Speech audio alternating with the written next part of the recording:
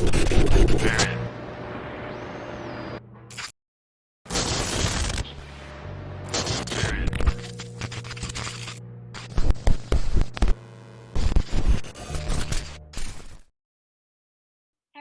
so welcome everyone to another of our keynote plenary interviews in this 50 plus Shades of Gothic conference. Today, for this session on thematic cluster Gothic and the ethnic other, I am particularly delighted to introduce our keynote speaker, Dr. Maisha Wester, who is a associate professor in American Studies at Indiana University.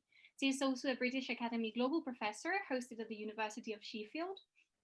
Dr. Wester's research focuses on racial discourses in Gothic fiction and horror films, as well as appropriations of Gothic and horror tropes in socio-political discourses of race. Her essays include Gothic in and as racial discourse, et tu Victor, interrogating the master's responsibility to and betrayal of the slave in Frankenstein, and re-scripting blaxploitation horror, Ganja and Hesse's Gothic implications. Maisha is also author of the book African American Gothic, Scream from Shadowed Places, which I strongly recommend, and co-editor of the 20th Century Gothic. And today, she will discuss all things Gothic horror with us. Dr. Wester, Maisha, thank you so very much for being here today. We are elated to have you as our guest. Thank you so much for having me. This is wonderful to see you all. Well, so let's get started with the question. So for my first question, I would like to ask you about the relation between the politics of race and the Gothic genre. In your article, The Gothic and the Politics of Race, you explained that the popularity of the Gothic genre is in part because of its function, and I quote, as a discourse on the terrors of racial otherness and racial encounter. Specifically, you argue that Gothic novels operate at different levels, sometimes producing discourses of racial otherness that serve to shore up the normative, but other times countering those hegemonic views the other depiction of horror. Could you perhaps comment on the uses of Gothic horror with regards to race politics, especially considering the treatment given by law enforcement to both Black Lives Matter's protesters in the past months and more recently to Capitol rioters? Yeah, so I think actually you provided the best example of how Gothic horror has really impacted racial politics and the treatment of racial minorities in the Black Lives Matter movement, right? Where people are peacefully protesting and officers show up fully armed to the tooth and dressed as if they're entering war territory. In contrast to the Capitol rioters who were clearly armed and prepared to take hostages, and who were escorted into the Capitol by far less equipped police officers. And so there's a clear sense of how not just African Americans, but even those who are fighting for the rights of African Americans are read as not just disruptive, but as violent, aggressive, hostile, monstrous, as it were. But this isn't the first time we've seen this. So for instance, we've also saw this back in the 1960s, where social groups like the Black Panthers and SNCC, the Student Nonviolent Coordinating Committee, right? The name stresses nonviolence, and yet they were deemed terrorists, right? Which is, in America in particular, a very pertinent and impactful kind of monstrosity. Meanwhile, you had explicitly violent white nationalist groups like the Ku Klux Klan going around lynching people left and right, even attacking white Americans who sided with African Americans. And they were not termed terrorists. There was, in fact, there still is resistance to terming them terrorists, right? And so you see historically, this kind of inequity and the ways in which the idea of Black monstrosity leads to, even if it's not spoken, is so inherently a part of our ideology that it produces a profound disparity in treatment, right? And thus, by the time we start thinking about individual Black subjects, we can look at the kind of Jim Crow violence and lynching that African Americans were subject to. African Americans couldn't pursue any kind of judicial recourse for the violence they suffered. Instead, it was deemed justified, right? But what kind of person do you have to be to justify such an egregious and excessive assault on the body, right? When we talk about lynching, we're not just talking about murder, we're talking about usually torture, murder, dismemberment, occasionally a bonfire, right?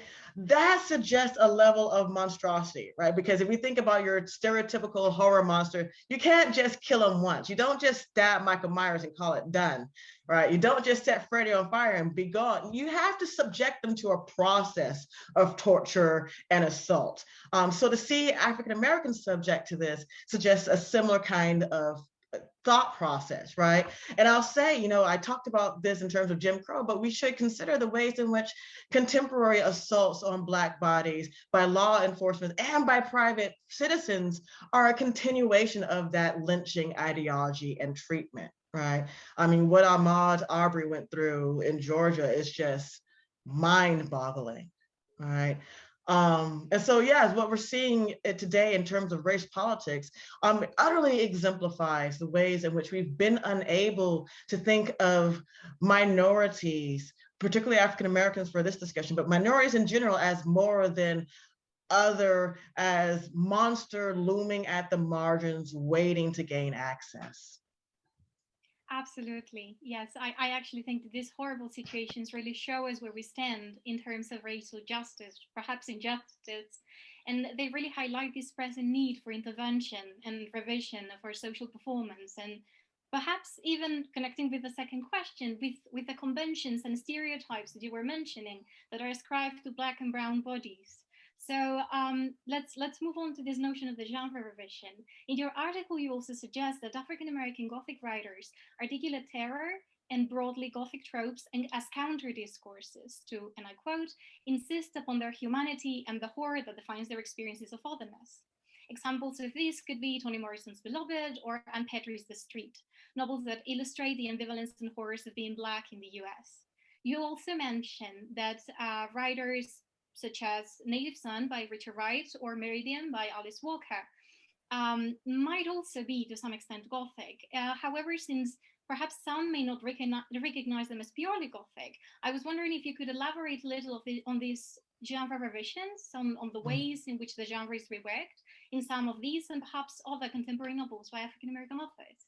Okay, yeah, so early authors such as, I mean, we can go all the way back to the slave narratives with this, as I do in that book, African American Gothic.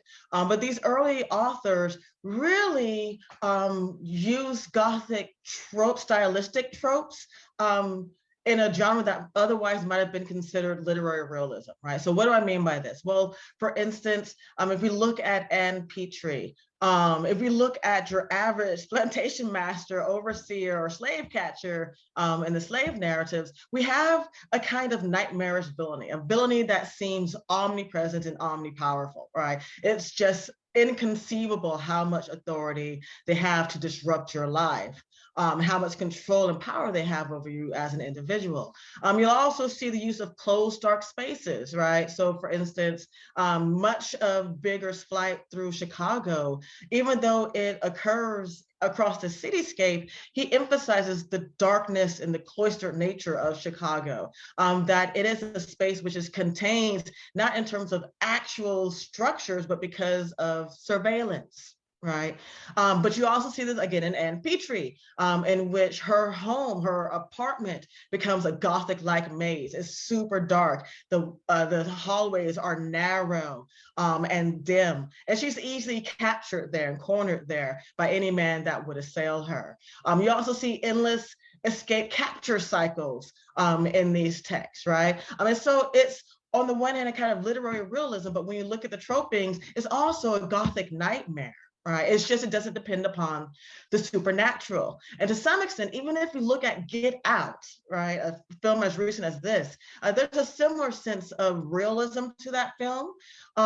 What's unrealistic is, or seemingly unrealistic, given the times we're in, is the excessive nature of that violence, right?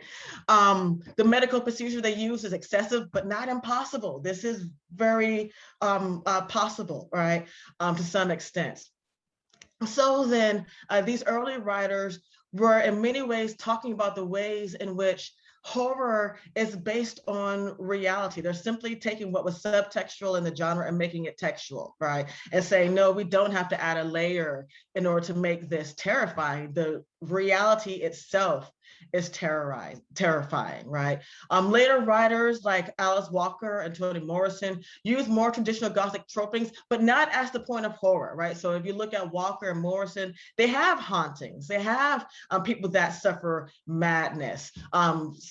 Well, the violence of rape isn't just Gothic, that is unfortunately historically real and contemporarily real.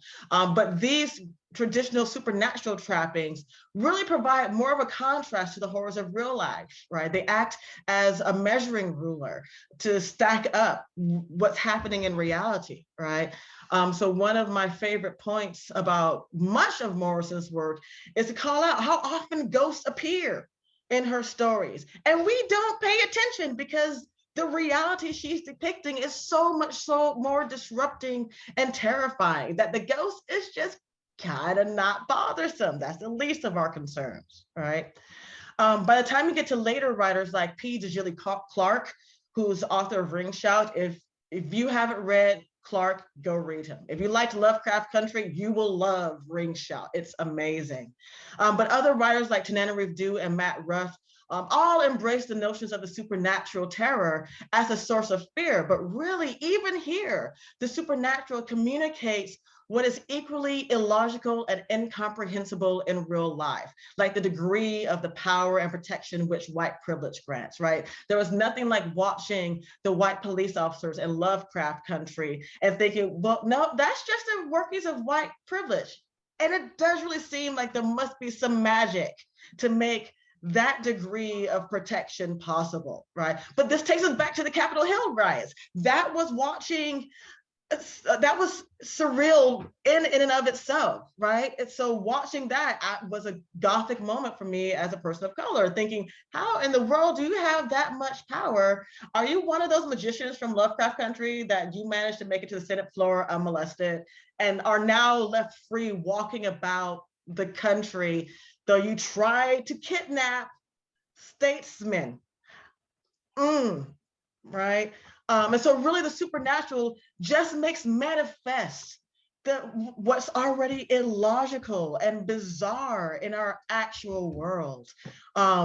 Because in some ways, to think about, the kind of violence which the KKK is capable of, you have to wonder if they're not some sort of supernatural beast to be able to do that, right? And so these authors make that leap because it's what we were already wondering. Wow, that is fascinating. Actually, as you were talking, I was thinking of Colson Whitehead's The Underground Railroad and how it also takes these Gothic tropes, right, and even these elements of railroad and introduces it literally just as a sort of representation of all those things. So yes, well, moving on because we don't have a lot of time, unfortunately. I wanted to focus now on not only the ways in which the genre is revised or revisited, but also on the need that it has to confront racism and its own complicity in its institutions. We know that Gothic and horror fiction have over time represented the other as a monster.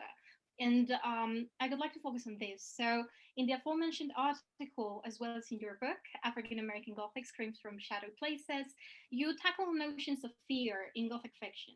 Fear of racial others, fear of losing the integrity of the white body. This white body, of course, can be understood or interpreted literally and figuratively as the protagonist's corporeality that is sexually threatened, as, say, in Frankenstein, and also as the estate that is figuratively infected by other bodies, as is the case in some contemporary horror films and shows. I don't know, for instance, zombies, right, in which these bodies are portrayed as supernatural, as you were saying, or parasitical. So other thing that you mentioned in your work, you explained there that there is a correlation. That this correlation is the result of the adoption and the adaptation of some Gothic traditions by contemporary horror fiction. So my question would be, in which ways is the representation of the racialized monstrous body relevant in US Gothic and horror fiction? Why the body? And how can it be reclaimed as a site of vindication? Well, I mean, because the body is the primary site which we understand as impenetrable, right? We assume there's a degree of unassailability about the body. It's definite borders, right? There's clearly what's inside and what's outside. And we choose what to let that's outside into the body. It is our primary point of power of maintaining borders, right? And thus, any assault on the body then really threatens our sense of power and control over other borders in the world, such as, for instance, the home, the domestic space, right? We also like to assume we have a degree of authority over who comes in and who comes out, that border is not permeable. And yet what the Gothic does time and time again is remind us of the permeability of bodies, borders, and boundaries, right? Now, the question then is, when should those boundaries be disrupted and permeated, right? And to some extent, I think when we think about minority Gothic, the horror is on insisting upon the rigid boundary and the rigid border of saying that there's always going to be an other, that there must necessarily be a place of population that cannot access the norm, right? The center, right? That there must always be an inviolable body that we do not accept, and that this is natural, right? And so it's when you get to that notion of the natural that I think especially minority authors become concerned with, because in talking about the nation as a body, right? Well, then what does that mean? What extent won't you go to in order to protect its boundaries, its borders, right? Because if it is a body, then it should not be readily entered into, right? That you should have ability to invite and reject, right? Instead of thinking of the body as something which is ultimately permeable. I mean, we're living in the time in which bodies are clearly permeable, and it is a source of horror, right? But there are times in which it must be, that boundary must be breached, right? This is what ideology is, right? And so for minorities, that resistance to permeability becomes a source of terror, because we're not just saying, well, there are clearly contagions that will destroy, but there's also different ideas which now we want to read as contagions that are disruptive. There are different cultures and populations which we're going to now read as disruptive and contagious because they can destroy, right? So if we look at, for instance, the work which Birth of a Nation does, the original film, right? And I like to read Birth of a Nation, the 1915 film, as a horror film. It was a horror film for white audiences up to a point where the Klan enters and then suddenly it stops being a horror film. It was just a horror film for Black folk, right? But part of the reason it was a horror film was because of this idea of bodily permeability taken to a national level. That the body, the national body, was in trouble at the beginning of that film. What did we need to do? We needed to cleanse it of its minority contaminants. We needed to exile them, right? Essentially, attack them, have our white cells attack them and re-marginalize them into an oppressed position, right? And so that was a film that very much also played with the notion of the literal body and the national body. What do you see happening in the film? Literal bodies constantly under attack, in states of disrepair, right? In states of illegibility, right? And this is what made, especially those bodies which were illegible, they became horrifying, right? And so we needed, again, to fix our borders, right? This, I think, is one of the reasons why the body is so significant, especially when we think about the racial Gothic, not to mention the ways in which the body is our primary signifier of racial difference. The reason why we say, oh, well, we're going to arrest you and beat you on the way to arresting you. Well, yeah, come on in. Yeah, sure, you're going to kidnap a couple politicians. No biggie. Absolutely. So we have been discussing these material bodies, and now I would like to move on to more spectral ones. This depiction of other bodies as taking part of these dynamics of haunting and being haunted that we have already anticipated. So, in another article entitled Haunting and Haunted Queerness, you argue that there is a connection between the need for boundaries and containment and processes of cultural identity formation and memory retrieval. In novels like A Visitation of Spirits or Beloved, the haunting spectre breaks taboos and opens difficult yet much needed conversations. Nonetheless, spectral presences in contemporary horror films often vilify the other, introducing them as violent and deadly, led by a desire to transgress boundaries and take control of space. Movies like JD's Revenge, Candyman, or the Amityville Horror depict the racial other as an evil specter capable of possessing bodies and occupying intimate space, right? A sort of ghoul others can't hunt down, which is terrible. And if we focus on the house Invictus, however, it is the house and its historical specters that contain those vulnerable bodies, right? Those vulnerable others, inflicting brutal and deadly violence upon their brown and black bodies. These specters are not hunted, they haunt. So, focusing on this haunting, haunted dyad, my question is, in which ways does the racialized body interact with other bodies and spaces in horror fiction? What does it teach us when it haunts, possesses, and occupies? And when it is haunted and it cannot escape? In which ways are these specters associated with history and memory? And how are they, the ghosts, different from the monstrous bodies we have been mentioning before? Yeah, so I mean, I think, especially in terms of thinking about their place in terms of history and culture and their absence, or the absence they might signify. I think what they're really showing us are the ways we're still unable to confront our history. And so in a lot of cases, the ghost also becomes an aspect, a component of the monster. So for instance, the best example I have of this is Amityville Horror, right? Where you have these Native American ghosts haunting the place. And they're a product of this supreme villain and haunter, Ketchup, Jeremiah Ketchup, right? Even though they're his victims, they still are a component in his monstrosity and in the horror of the location. And so what we see about these ghosts is that they're not figures of sympathy or empathy. They're figures of terror. Why? Because they're reminding us of a history that we really don't want to think about and that we're still not ready to think about. Right. And in that case, and it just really points to America's difficulty with dealing with history, but I can't just say it's America. I mean, we see it in the UK, we see it in a lot of Western countries, right? This inability to grapple with the villainy they committed in order to achieve their current position, to say that our leaders were both virtuous, they did some really good things, and then they did some really awful things to get us here. Right? How do we resolve that? And then how do we address those that have been the victims of our previous villainy? Right? And so the ghost then, even when it is a victim, also becomes a point, especially when it's the ghost of a racialized body, becomes a point of terror. Another example of this is a Skeleton Key. This is a movie I've been hating on for a long time, in part because of what the director said in the extras about presenting the story of the lynching of two of the Black characters, right?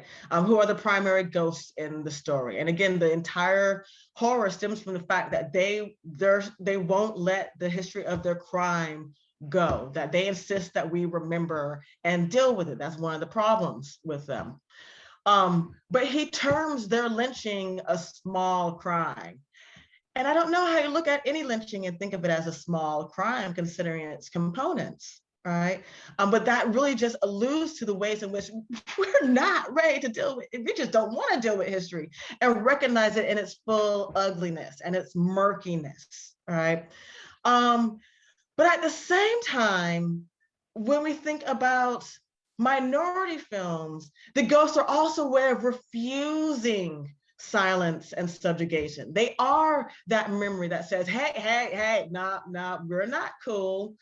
Don't think we're all progressive. Don't even think about calling us post-racial or a colorblind society. Like, we still got some stuff that you refuse to talk about, much less recognize. We can't get to a point of equality until you recognize the previous sins and begin to atone for them, because until you recognize them, you're going to keep doing them in different ways, right? And so the ghost is a memory that reminds us we got some stuff that needs fixing. We got some reparations to make. And I say reparations not in terms of payment, but in terms of fixing systems, right?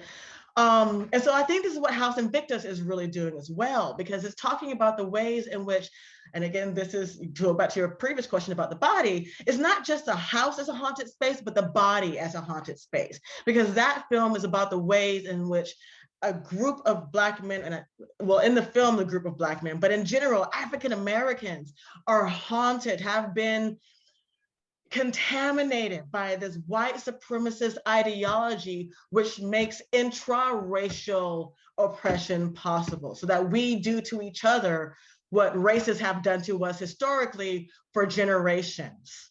Right. And so then now what we're seeing are the ways in which the individual becomes haunted. Yeah, it seems to be in a haunted house, but ultimately it's about what's going on in that person's mind from the get-go. Right. But the haunting can also be a way to disrupt, right? To say that there are other ways of thinking about and experiencing history. So if you look at a book like Phyllis Perry's Stigmata, right? We see that her haunting allows her access to history in a way that those who are not haunted don't have access. Haunting then isn't a point of terror, it's just a point of difference. And the problem, the source of terror, is that other people refuse to accept her ability to embody and live, re-experience that history in ways that they can't. An insistence that history needs to stay dead and gone, not something that we continue to contend with. Right. So yeah, the notion of the ghost really is complex, right? It can be really radical and revolutionary in its potential, but it really depends on how you use it. Yeah, absolutely. Actually, I think that all of these representations of the Gothic, right, across media that we've been talking about, as well as the suppression of history or his specific historical events that you were mentioning, show us that there is plenty of room, right, for new Gothic horror figurations, and that actually the genre allows us to talk about many things, perhaps in easier ways. So to finish, I would just like to ask you if you could talk a little bit about the future of the genre and its depiction of these racial politics of otherness we have been discussing so far. Where do you see the future of African American Gothic compared to the future of American or British Gothic fiction? Yeah, I definitely see African American and ethno-Gothic in general becoming far more popular, right? You're going to see more series like Lovecraft Country. In fact, I think Them comes out today. You're going to see more Black graphic horror novels, such as John Jennings' Box of Bones, as well as Voodoo Culture. You're also going to see more blending of Gothic and other genres like music and Afrofuturism, right? So most of us are really familiar with Childish Gambino's amazing video, This Is America, which is highly Gothic in its depictions.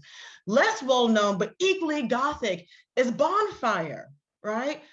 Which is this narrative, he's actually positioned as a ghost in that video, re-experiencing his own lynching, right? But experiencing it as a narrative of entertainment for later campfire, for later campers, right? But then, so you're going to see more musical genres, I think, incorporating the Gothic. You're going to see more songs like Clippings the Deep, right? Which is a blend of Gothic and Afrofuturism. It's Gothic from a Lovecraft point of view, like, okay, so y'all are some underwater society that are ancient and you're coming back to stage a much needed war on the surface dwellers. That's terrifying if you're now on the right side, but it's still necessary, right? So who's the monster here? You're going to see a lot more, I think, in terms of Afrofuturist Gothic. Afrofuturism has long held a Gothic component thanks to authors like Octavia Butler. But I think we're going to see more authors like Nalo Hawkinson, Linda Addison, and Chase Burke coming to the forefront. I think you're going to see more independent Black horror thanks to new technological access by folk like Uche Agua, the director and writer of House Invictus. But there's also Miriama Diallo, who created this amazing, hilarious short horror film called Hairwolf. You gotta check it out, right? If you're interested in politics of appropriation and gentrification, check out Hairwolf. There's also Francis Bodomo, who another short film director, Everybody Dies, right? So I think you're going to see a lot more independent Black horror. And hopefully you'll see more non-minority writers like Matt Ruff trying to correct the racial dynamics in the genre. And you'll see them moving away from the likes of Lovecraft and Stephen King to a more corrective Gothic, a more corrective vision of what it means to be America, not just white American. Well, thank you so much for that. It is now time to continue this debate we have opened in the questions and answers. But before moving on to the Q&A session, I could really like to thank you, Maisha, again for this truly enlightening discussion. And I really think that I speak for all of us when I say that this has been such an enriching and fascinating learning opportunity. So thank you so very much for being here today with us. Thank you for having me. And yeah, I think we're about to see an amazing explosion. I'm really excited to see it. There's a lot of work to do. So yeah. Absolutely, yes. Okay, so now if anyone has questions for our interviewee, please raise your hand using the tool and I can call your name so you can ask her question.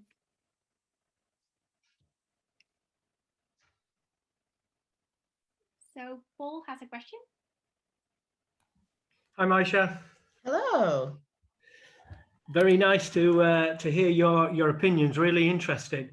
And I just want to pick you up. You mentioned a couple of things that I'm really keen on myself. Get Out, the movie Get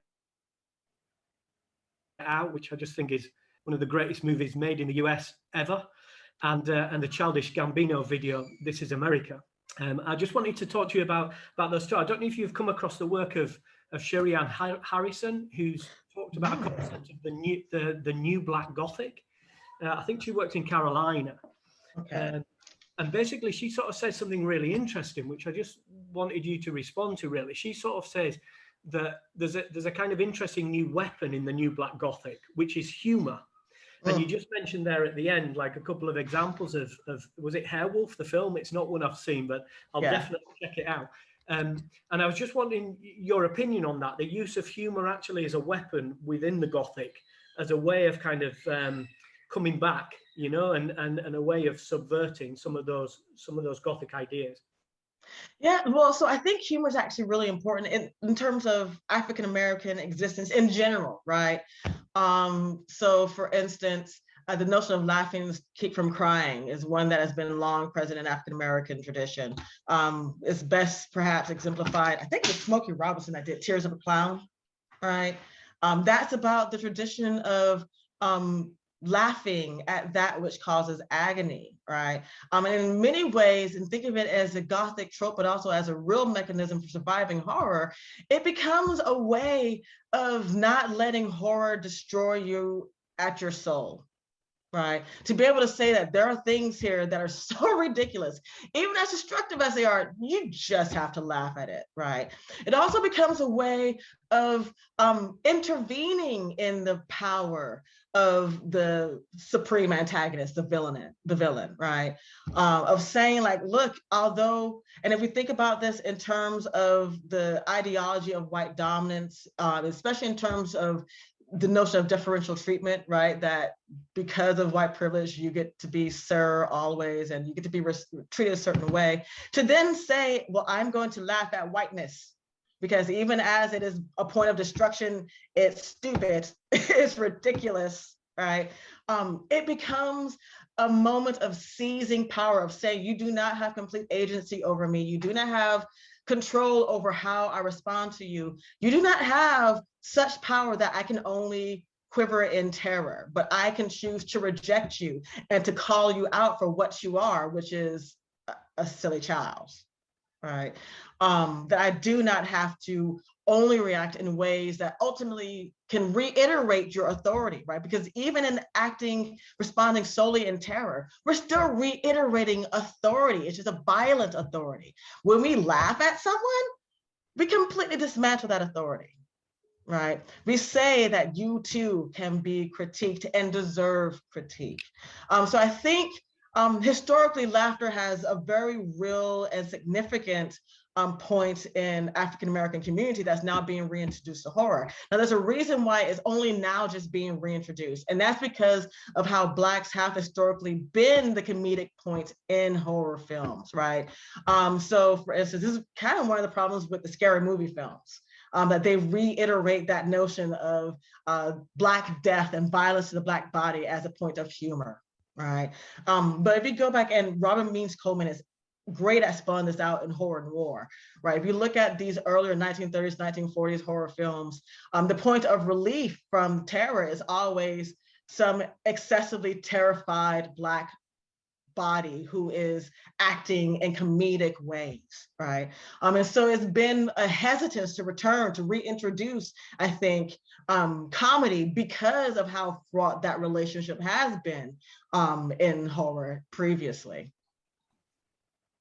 Yeah, thanks very much. I think that's really interesting perspective. And as you say, I see that there is a kind of movement to produce more things that are derisory, comedy, satirical, you know. Yeah. And it's interesting to get your perspective on why that is. Thanks very much, Maisha. Excellent question. And thanks for that reference. Definitely gonna look that up. Yeah.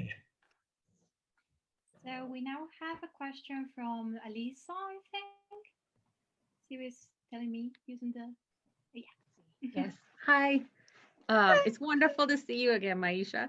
So good to see you. Yeah. One of the things that I was thinking about, you were talking about contagion and permeability of the body. And of course, we're all sort of wrapped up in this whole COVID-19 post, I don't even know, whatever the heck we're calling it. And of course, one of the things that I think we've all had to grapple with is that the response to it is not equitable at all. It's definitely having more significant impacts on marginalized populations. And we think about, I know when my school, for instance, went online, there are some students who have access to internet and they were able to just keep on keeping on, and other ones where it was a huge issue. We know that the availability of the vaccine isn't equal across the board. And especially when we look at these things in parallel to other stuff that's going on, racial justice wise, other conversations that we're having, social justice conversations, political conversations. And I think it's a really interesting, potentially Gothic narrative moment, because there's not a lot of art being made right now. There's not a lot of filmmaking or television making. So we're engaging with the Gothic narrative, maybe in real time, in real ways or different ways through news and coverage and those kinds of conversations. And I was just trying to figure out, like, how might that sort of conversation fit with the contagion and the permeability and the parallel racial justice conversations? Well, so I think if anything, actually that's a really good question, right? Because in terms of thinking about, the horrors of COVID films, it always feels like, no, too soon, can't. We're still in it. I can't, right?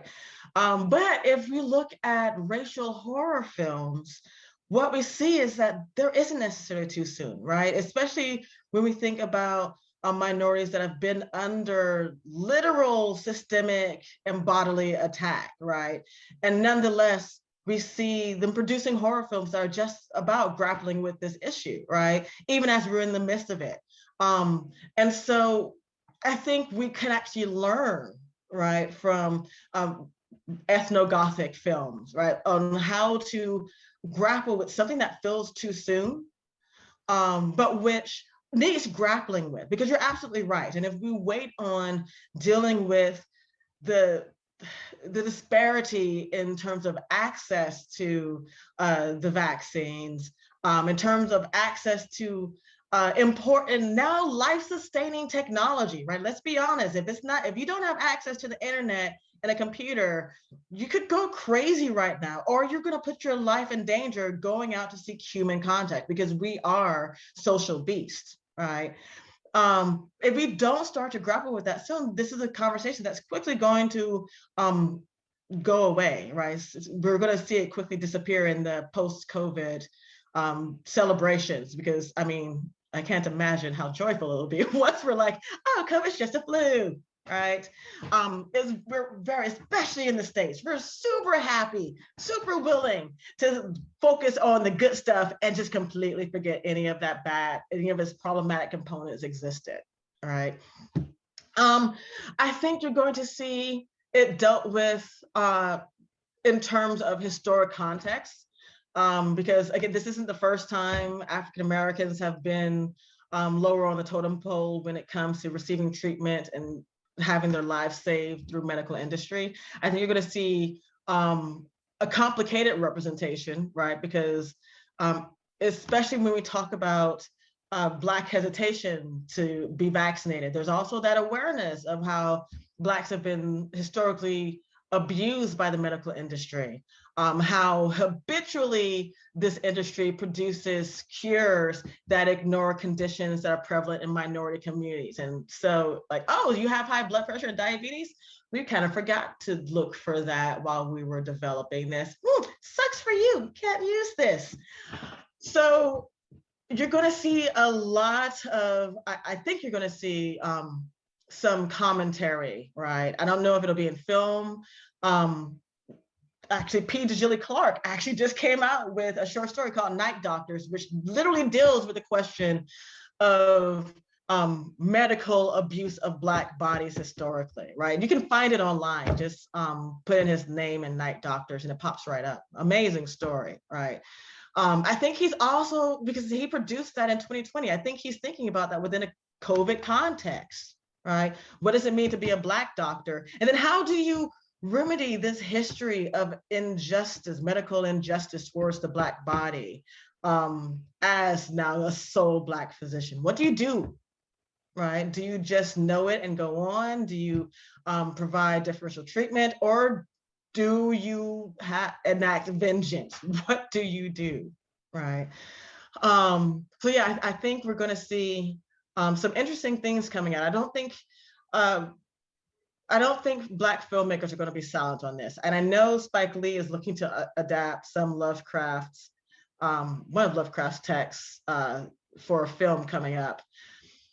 Hopefully he remedies his gender issues. And hopefully also he thinks about, you know, what that narrative has to say about life mid-pandemic for minorities. Absolutely. Thank you so much. Thank you. Good question. So our next question is from Anna.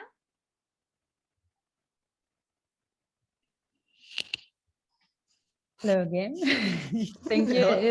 It was absolutely interesting, and I work on Mexican Americans, so not much my field. But when you were mentioning Hairwolf, it just came to my mind this Netflix film Vampires versus the Bronx. It's a very I don't know, it's a very funny movie. And I was thinking, do you see renewed use of Gothic tropes like the vampire in the production of Black popular culture that is also applied to issues such as gentrification, indeed, because, you know, I guess most notably, there was Blade, there was a Black vampire, and yes, there was already some cases. But do you think that now it's been indeed used to address some issues that are very, very current and very, I guess, impending, you know? Yes, I think you're absolutely right. But I mean, you're right in both counts, right? So on the one hand, it has already been used to address issues. And my best example of this is Ganja and Hess, right? It's a Black vampire film that doesn't ever use the word vampire, but it's entirely about the idea of socioeconomic vampirism, right? The willingness to feed off of, to live as a capitalist, essentially, which is to feed off the life of others, the labor of others, right? I think you're going to see more use and more turns to the supernatural and the notion of the monstrous for quite a while. I think depictions of monstrosity in Black horror were quite fraught, because again, to call someone monster is to set them up for destruction, right? It's to label them a figure for assault, right? And there are so many ways in which African Americans have been consistently called monster throughout socio-political history, right? And so trying to figure out how to appropriate tropes of monstrosity without that consequence, right? How do you reclaim the monster from its damned place as a figure to be destroyed, right? I think we're seeing more of that coming out in terms of thinking about how behavior informs monstrosity. The best example I can give of this is actually from Nalo Hopkins' collection, Skin Folk. She has a short story that I love to talk about called Gritty Choke Puppy. And it's a story of a Sokian, right? But while it seems to be the story of a single Sokian, turns out she's actually a descendant from a family in which all the women are Sokians, including the grandmother who's there taking care of her now, right? So clearly they've managed to live and participate in community. What we discover in the story, though, is what makes her a monster isn't her Sokiant, isn't the difference, but it's her behavior, which is explicitly Western consumerist, privileging beauty ideals of youth and whiteness, right? That's what makes her a monster, not the fact that she's a Sokiant. So by the end of this tale, and I'm trying not to give it away, her grandmother says to her, you know, the way to live, the way to do this is by loving others, loving your community, loving your grandmother, loving your work. Love is the answer. She was very Beatles. Love is the answer, right? This practice of continuing to consume, you've been told that this is what you're supposed to do. You've been told that this is who you are, but that's not the truth, right? And so I think now minority realizing that, you know, we're not going to escape the notion of monstrosity, right? We can't ignore it. It's a label that's going to follow us. How do we appropriate it? How do we twist it on its head? How do we show that difference isn't monstrosity? It's behavior that's monstrosity, right? Jewel Gomez's The Gilded Stories is another excellent example of this, right? She has this amazing lesbian vampire, right? Who she's pretty much a vegetarian for a vampire, right? She's super humanistic in her vampirism, but she's encountering humans that are far more monstrous than she ever could be or imagine being, right? And so in that case, her vampirism is a way to estimate, like, look, you have something that's literally been a monster in traditional Gothic, and that's not the problem here. Right. So what do we make of the real problem? How horrifying is that? Right. And I think I sense that you're thinking a bit about Guillermo del Toro's the strain and thinking about Mexican American, because this is another excellent example, right? The use of vampirism there. Where again we do have Chronos. And Chronos, yes. Chronos. Right.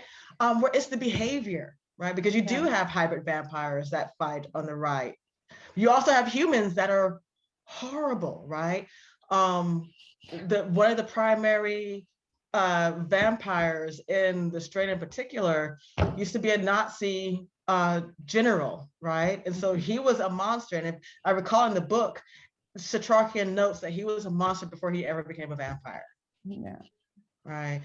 So I think you're seeing more emphasis on, like, look, it's the behavior. Don't mark difference itself as the source of terror, right? Difference is just difference. That's all it is. We don't have to ascribe hierarchy or status to it. It's how you act, right? If you're normal, if you're mainstream, if you're the different, if you're the other, it's ultimately how you act that defines your monstrosity. Yeah, and I think I personally really enjoy these vampires versus the Bronx, and I think it has a similar vibe as Hairwolf, because there's this white energy, blood-sucking to in the neighborhood, you know, they're just coming and being vampiring on the neighborhood. And I think it's very interesting because at least when we think of Mexican vampires, is usually From Dusk Till Dawn and this kind of thing. So it's the American that gets in danger because of the Mexican blood-sucking beings.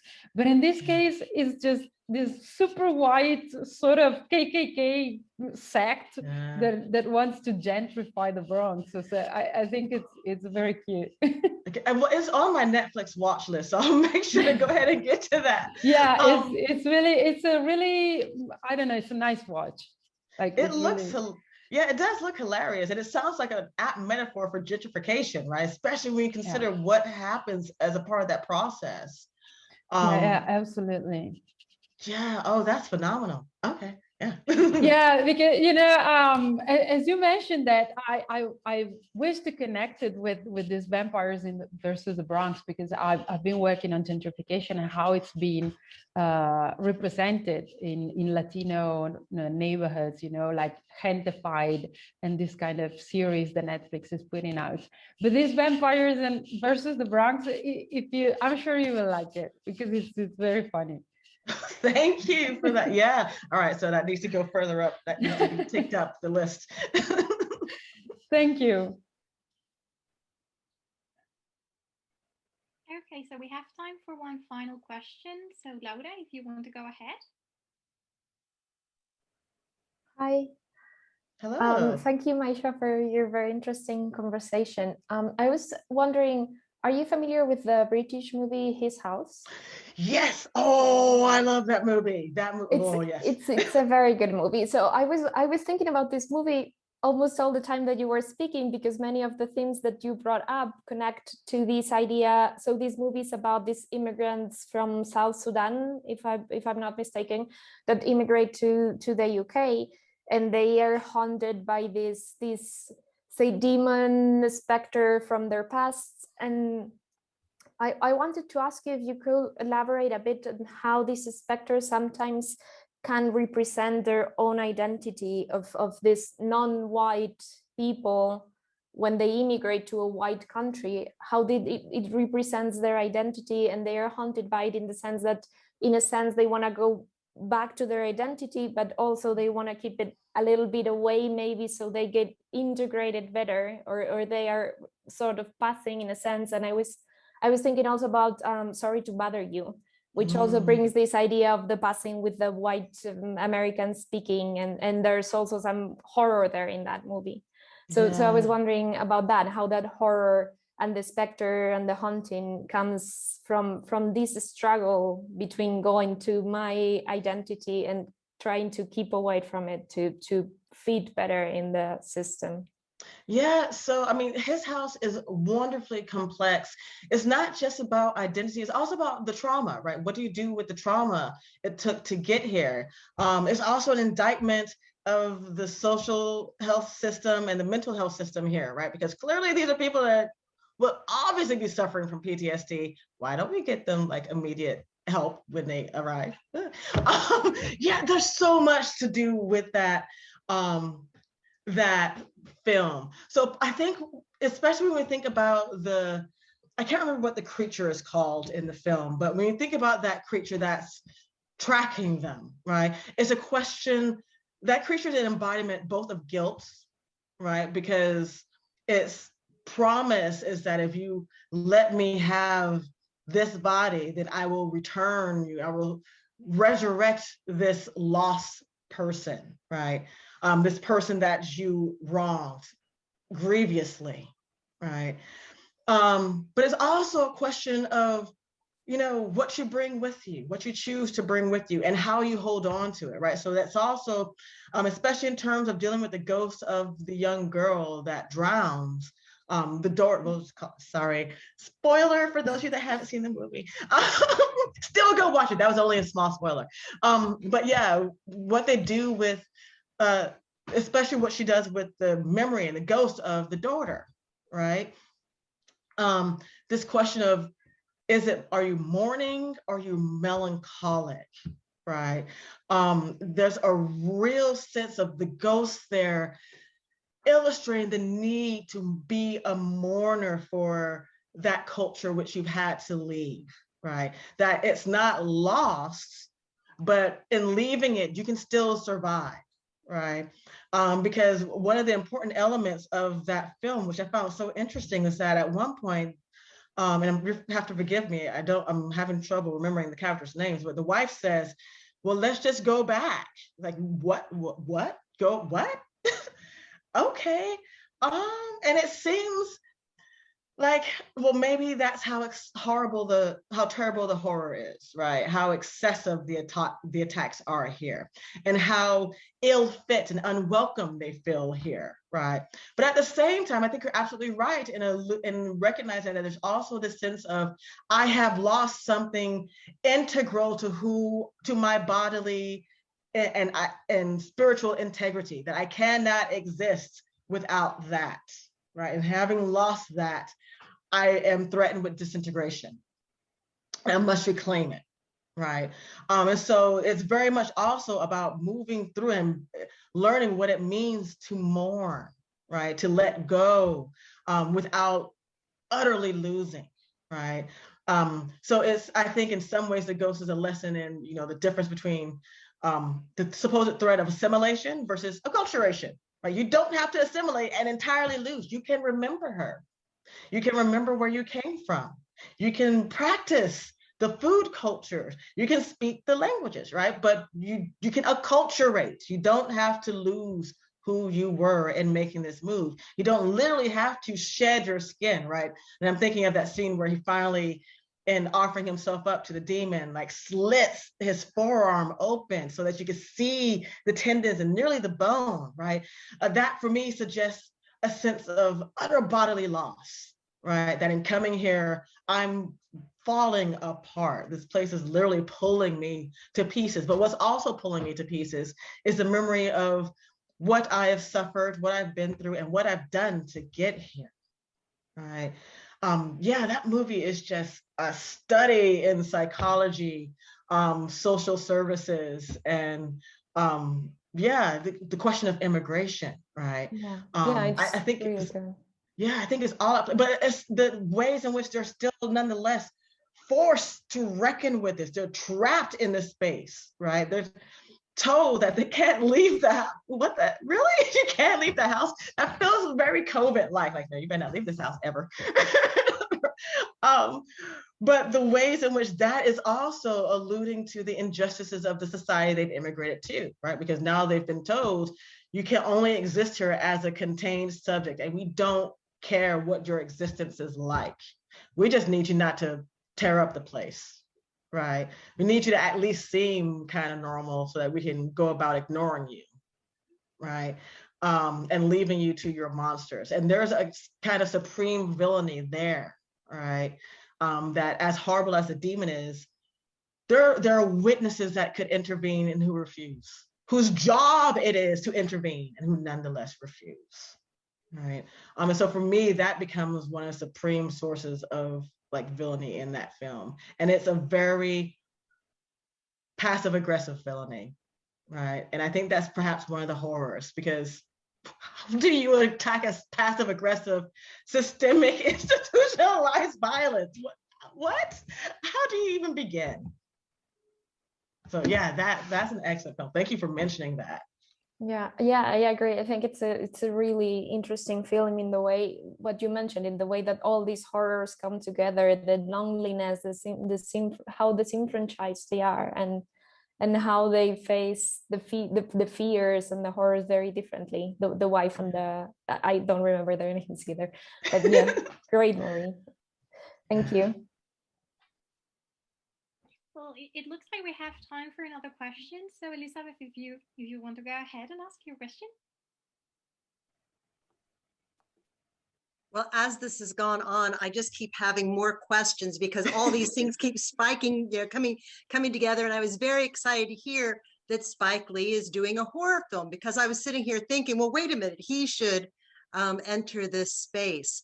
I was again, interested to hear Guillermo del Toro come up, because I am, currently working with this, and I've in some ways been thinking about the ways he's been dealing race. And I just saw the film Mimic, where again, you have Charles Dutton in the good guy who ends up, being killed, but then you also have how these insects also kind of, again, represent the other, and can the other be integrated?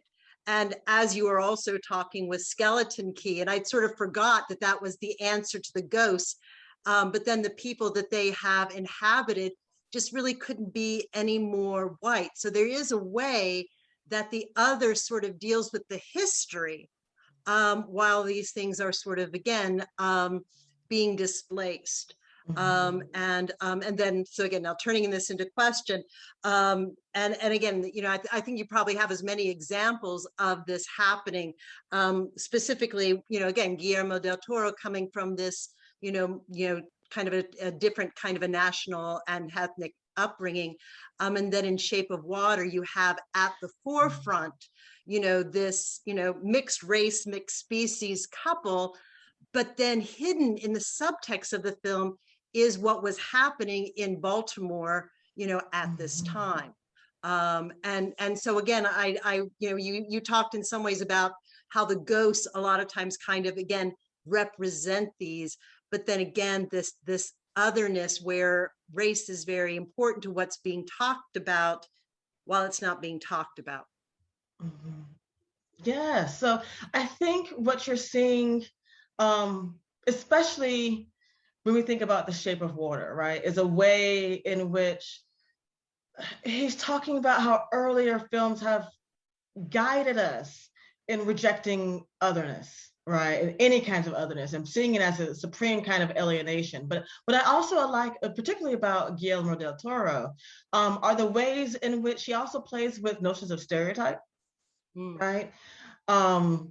To suggest that, well, there might be some truth in a stereotype, but it's more complex than what we reduce it down to, right?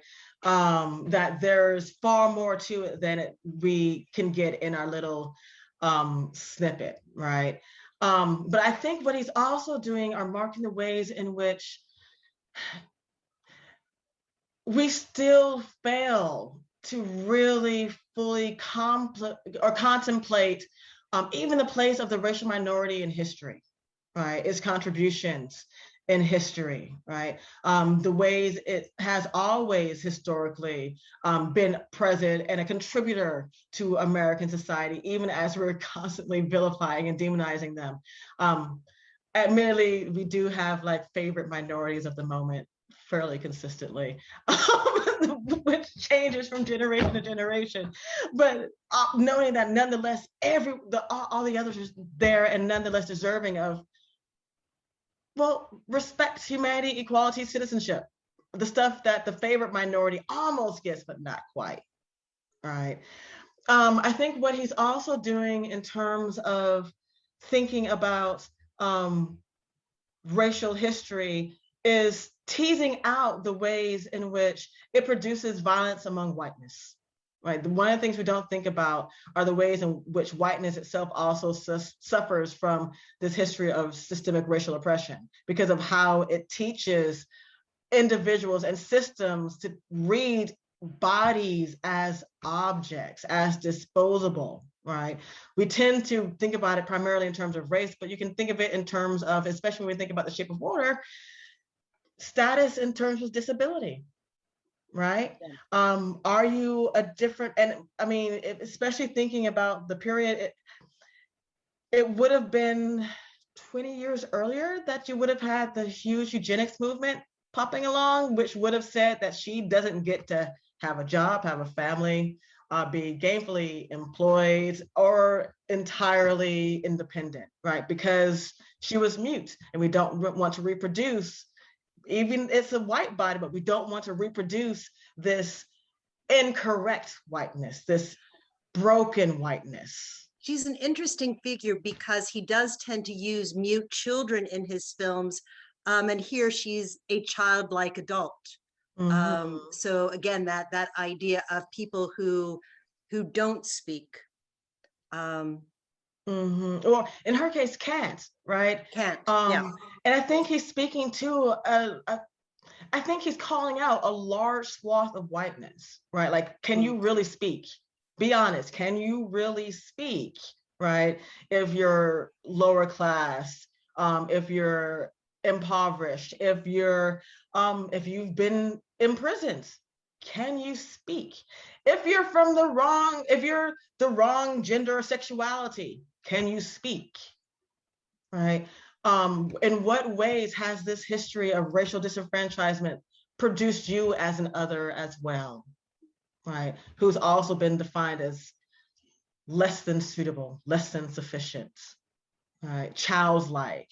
And again, that was one of the favorite, eugenicists quite often deems white Americans with disabilities imbeciles, right? But they would then say a childlike imbecility, right? So her childlike stature is, again, really a loaded history when we think about the history of eugenics, right?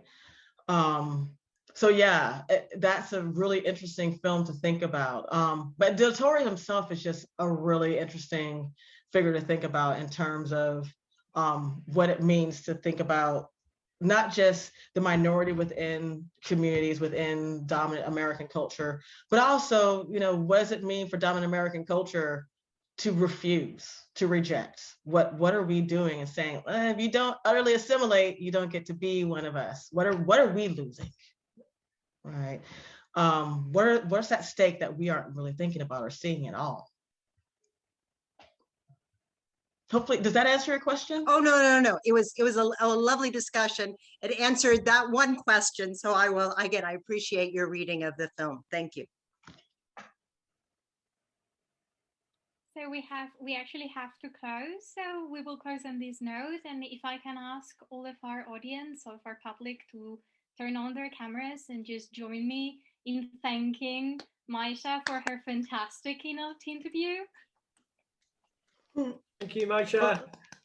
Thank you. And Paul, I saw you sent me a little Yeah, sorry, just to say that I think I said Sherry Marie Harrison works in Carolina, but actually it's in Missouri. Okay. She's in Missouri. Just okay. Yeah, thank you for that. And thanks to you. Thank you very much. Well, thank you, Maisha, very much. Thank you also to our audience. As always, some we had already seen, some are new faces, and some of you we will see again. So thank you again to everybody here today.